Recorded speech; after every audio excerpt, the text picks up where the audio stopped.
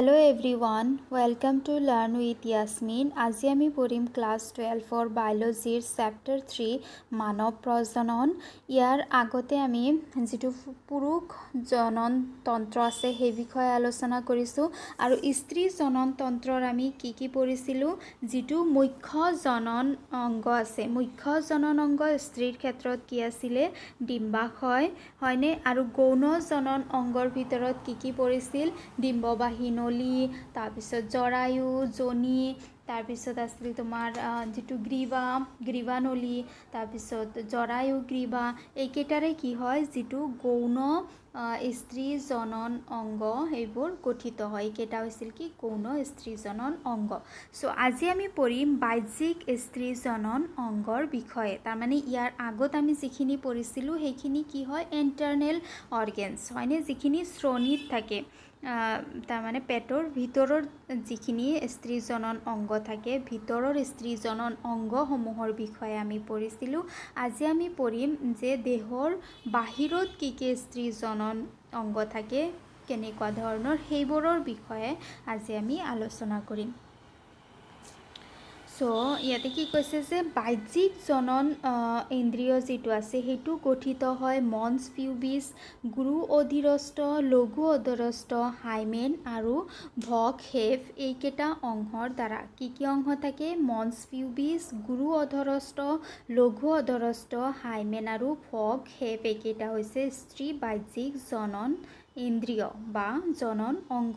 ইয়াৰে প্ৰথমটো হৈছে কি মনছ পিউবিছ গুপ্ত কেশৰযুক্ত ছালেৰে আবৃত চৰ্বিযুক্ত কুশনৰ দৰে অংশ।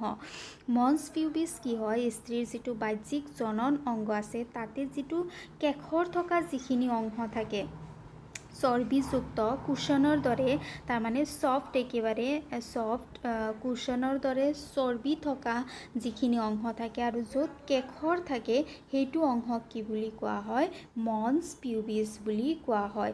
তাৰপিছত গুৰু অধৰস্থ মাংসহাল পেশীৰ জাপৰ দৰে ই মনছ পিউবিছৰ পৰা আৰম্ভ হৈ তললৈ নামি আহে আৰু যোনিলৈকে বিস্তৃত হৈ থাকে।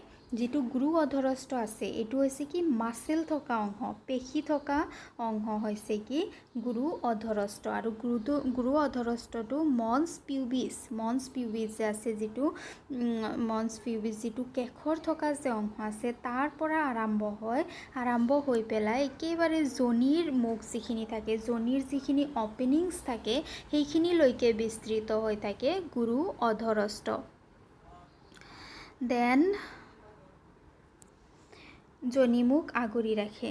গুৰু অধৰস্থৰ পিছত আছিল কি লঘু অধৰস্থ। এতিয়া চোৱা লঘু অধৰস্থটো কি হয়। লঘু অধৰস্থ ভাঁজ খোৱা তৰপেৰে গঠিত আৰু গুৰু অধৰস্থৰ তলত থাকে। লঘু অধৰস্থটো যেটো আছে সেইটো কিছুমান কলা যি কলা গুৰু অধৰস্থৰ তলত থাকে। বুজি পাইছানে গুৰু অধৰস্থ কি হয় গুৰু অধৰস্থটো মনছ পিউবিছৰ পৰা আৰম্ভ কৰি যোনি মুখলৈকে থাকে আৰু এই গুৰু অধৰস্থৰ তলত কিছুমান কলা থাকে এই কলাসমূহক লঘু অধৰস্থ বুলি কোৱা হয়। যোনিমুখ কেতিয়াবা হাইমেন নামৰ এখন পাতল আৱৰণ এখনেৰে আংশিকভাৱে আগুৰি থাকে। এতিয়া যোনি যেটো আছে যোনিৰ যেটো মুখ আছে ভিতৰৰ ফালে সেই মুখটোত এটা আৱৰণী থাকে এটা পাতল আৱৰণী থাকে এই আৱৰণীটোক হাইমেন আৱৰণী বুলি কোৱা হয়। হাইমেন আৱৰণী মনত ৰাখিবা কেতিয়াবা এক্সামত সোধে আৱৰণীটোৰ নাম হৈছে কি হাইমেন আৱৰণী। হাইমেন আৱৰণীটো কি হয় যে হাইমেন আৱৰণীটো যেটো থাকে এইটো অৰ্ধ আৱৰণী তাৰমানে সম্পূৰ্ণভাৱে ঢাক খাই নাথাকে যোনিৰ মুখ আধা ঢাক খাই থাকে আৰু এই আধা যে ঢাক খাই থাকে এইটো আৱৰণী যেতিয়া প্ৰথমবাৰ প্ৰজনন হয় সেই সময়ত এই আৱৰণীটো ছিগি যায়।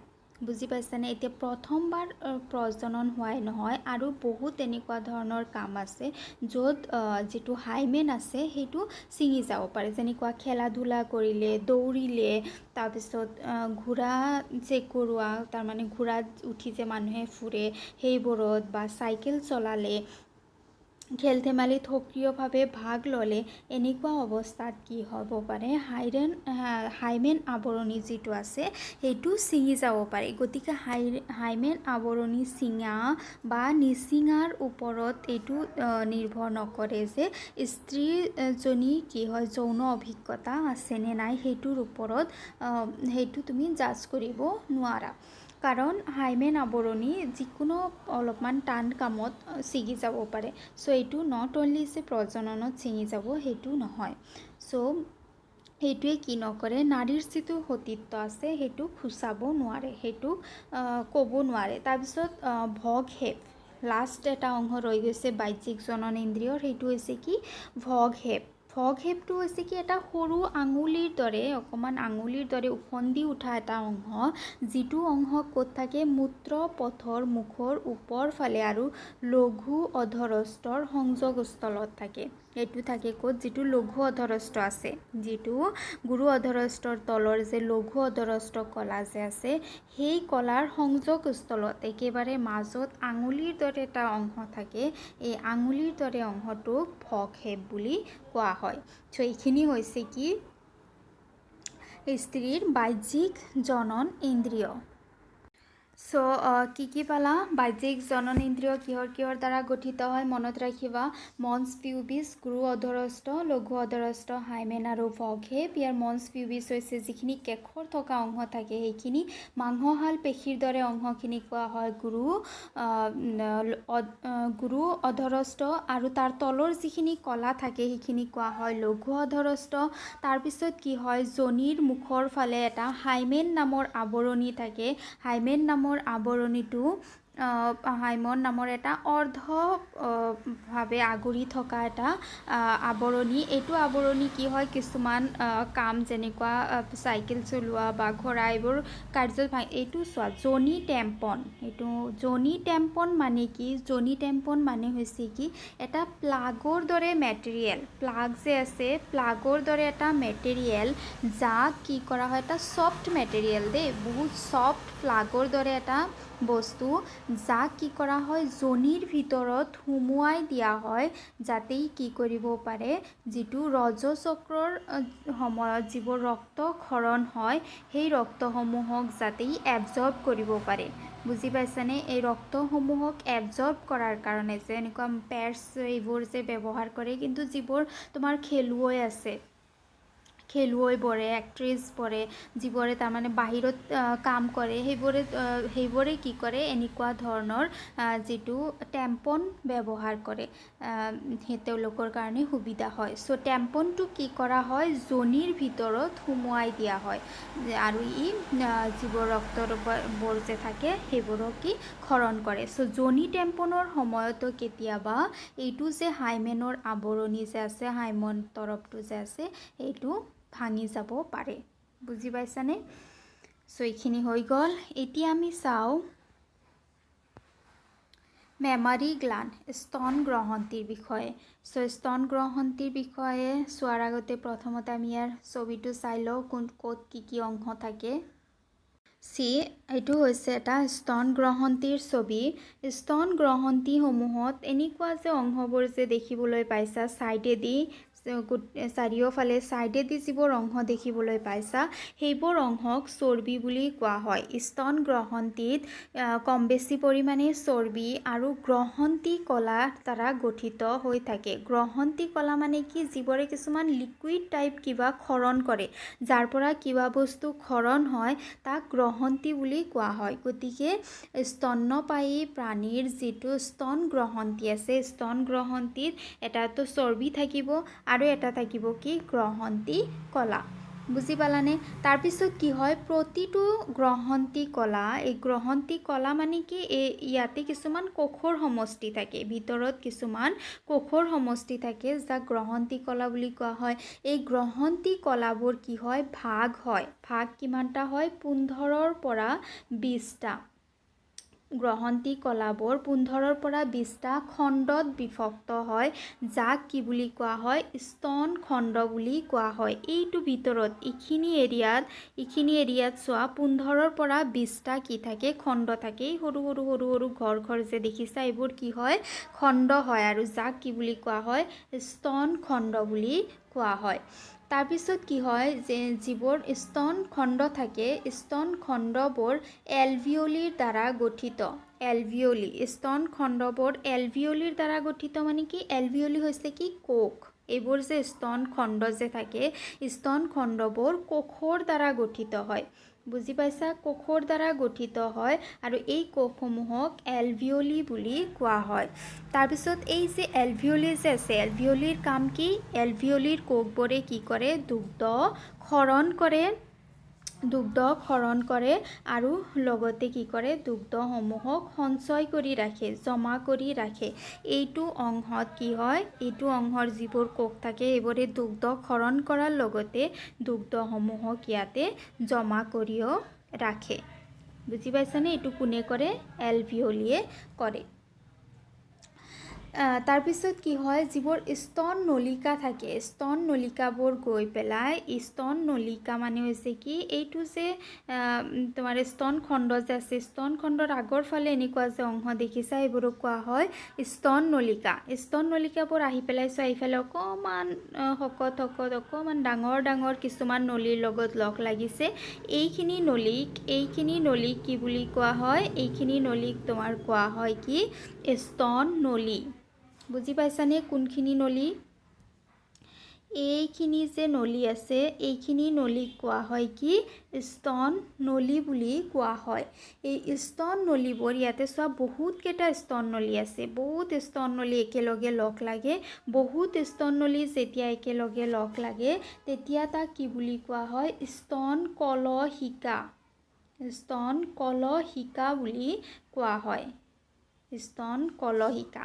বহুত স্তন নলী লগ লাগি পেলাই স্তন কলহিকা গঠন কৰে। তাৰপিছত এই কলহিকাসমূহ আহি পেলাই ইয়াতে যে সন্মুখৰ ফালে যিবোৰ নলী দেখিছা, সন্মুখৰ ফালে সৰু সৰু মিহি বহুত নলী আহি পেলাই এটা সৰু ঠাইত, এটা সৰু ঠেক জাগা এটাত বহুত নলী আহি পেলাই যে লগ লাগিছে, সেইবোৰ নলীক কোৱা হয় দুগ্ধবাহী নলী। এই স্তন নলীসমূহ, ইয়াতে যে স্তন নলীবোৰ যে আছে, স্তন নলীবোৰ আহি পেলাই দুগ্ধ নলীৰ লগত লগ লাগে। তাৰমানে একেবাৰে সন্মুখৰ এইখিনি অংশ চোৱা, বহুত সৰু সৰু নলী আছে, আৰু এইবোৰ নলীৰ লগত এই স্তন নলী যিবোৰ আছে, স্তন নলীবোৰ আহি পেলাই ইয়াৰ লগত লগ লাগে। কলহিকাৰ যিবোৰ নলী আছে আহি পেলাই লগ লাগে, আৰু ইয়াৰ মাজেৰে কি হয়, গাখীৰ বাহিৰ ওলাই আহে। গাখীৰ বাহিৰ ওলাই অহা যিবোৰ ৰন্ধ্ৰ আছে, ৰন্ধ্ৰসমূহক কোৱা হয় স্তনাগ্ৰ। বুজি পাইছানে, যিবোৰ ৰন্ধ্ৰ থাকে, ৰন্ধ্ৰসমূহক কোৱা হয় স্তনাগ্ৰ। আৰু এই চাৰিওফালৰ যিটো আৱৰণি আছে, গোটেইখিনিৰ চাৰিওফালৰ যিটো আৱৰণি আছে, আৱৰণিবোৰক কোৱা হয় এৰিঅলা। এৰিঅলা হৈছে কলাৰ আৱৰণি থাকে চাৰিওফালে, সেই আৱৰণটোক এৰিঅলা বুলি কোৱা হয়। হৈ গ'ল কোনটো কি পাৰ্ট, এইবোৰ হৈছে কি, চাৰিওফালে চৰ্বি থাকে। তাৰপিছত গ্ৰহন্তী কলা থাকে। গ্ৰহন্তী কলাসমূহ 15ৰ পৰা 20টা খণ্ডত বিভক্ত হয়, এইখিনি অংশ, যাক স্তন খণ্ড বুলি কোৱা হয়। তাৰপিছত এই খণ্ডসমূহত কি থাকে, কলা থাকে, এইবোৰক এলভিঅলি বুলি কোৱা হয়। এলভিঅলিয়ে দুগ্ধ ক্ষৰণ আৰু জমা হোৱাত সহায় কৰে। তাৰপিছত এলভিঅলিবোৰ আহি পেলাই কিছুমান নলীৰ লগত লগ লাগে, যাক স্তন নলী বুলি কোৱা হয়। তাৰপিছত স্তন নলীবোৰ বহুতকেইটা স্তন নলী লগ লাগি পেলাই কিহৰ গঠন কৰে, স্তন কলহিকাৰ গঠন কৰে। আৰু কলহিকাবোৰ আহি পেলাই এইটো অলপমান অংশত যে পাতল যে নলিকা আছে, যাক দুগ্ধবাহী নলী বুলি কোৱা হয়, তাৰ লগত লগ লাগে। তাৰপিছত এইবোৰ ইয়াতে কিছুমান ৰন্ধ্ৰ আছে, যাক স্তনাগ্ৰ বুলি কোৱা হয়। স্তনাগ্ৰৰ সহায়ত গাখীৰ বাহিৰ ওলাই আহে। ইয়াতে চোৱা কি লিখিছে,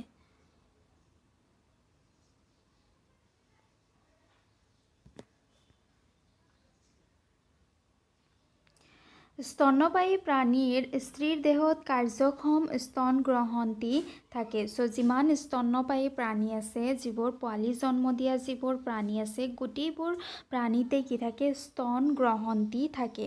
স্তন গ্ৰহন্তী জুৰীয়া গঠন, য'ত গ্ৰহন্তী কলা থাকে আৰু চৰ্বি থাকে, আমি যেনেকুৱা চিত্ৰত চালোঁ। প্ৰতিটো স্তন গ্ৰহন্তীবোৰ 15ৰ পৰা 20টা খণ্ডত বিভক্ত হয়। এনেকুৱা ধৰণৰ খণ্ড থাকে 15ৰ পৰা 20টা। এই খণ্ডসমূহত কিছুমান কোষ থাকে যাক এলভিঅলি বুলি কোৱা হয়। এলভিঅলিবোৰে দুগ্ধক্ষৰণ আৰু দুগ্ধসমূহক সঞ্চয় কৰি ৰখাত সহায় কৰে। তাৰপিছত এলভিঅলিবোৰ কি হয়? গৈ পেলাই স্তন নলিকাত মুকলি হয়। স্তন নলিকাবোৰ বহুত স্তন নলিকা লগ লাগি পেলাই স্তন নলিকা কলহিকা গঠন কৰে আৰু কলহিকাবোৰ আকৌ দুগ্ধবাহী নলীৰ লগত লগ লাগে, যাৰ মাজেৰে গাখীৰ স্তন গ্ৰহন্তীৰ পৰা ওলাই আহে। আৰু ইয়াতে এটা বস্তু লিখা নাই, স্তনাগ্ৰ, যিবোৰ ৰন্ধ্ৰ থাকে যাৰ মাজেৰে ওলাই আহে, সেই ৰন্ধ্ৰসমূহক কি বুলি কোৱা হয়? স্তনাগ্ৰ বুলি কোৱা হয়। চ' ইয়াতে তোমাৰ মেমাৰী গ্লাণ্ড, স্তন গ্ৰহন্তী শেষ হ'ল। স্তন গ্ৰহন্তী শেষ হ'ল মানে গোটেইখিনি স্ত্ৰী জনন তন্ত্ৰ কমপ্লিট হৈ গ'ল। চ' ইয়াৰ যে আগৰ দুটা চেপ্টাৰ আছে, চেপ্টাৰ 1 আৰু চেপ্টাৰ 2, তাৰ প্লেলিষ্ট বনোৱা হৈছে। যদি তোমালোকে চোৱা নাই চাই ল'বা, লিংক ডেছক্ৰিপশ্যনত পাই যাবা। ভিডিঅ' কেনেকুৱা পালা জনাবা। যদি ভিডিঅ' ভাল লাগিছে তেতিয়াহ'লে লাইক কৰিবা, বন্ধু বান্ধৱৰ সৈতে ভিডিঅ' শ্বেয়াৰ কৰিবা আৰু চেনেল ছাবস্ক্ৰাইব কৰিবা। Thank U.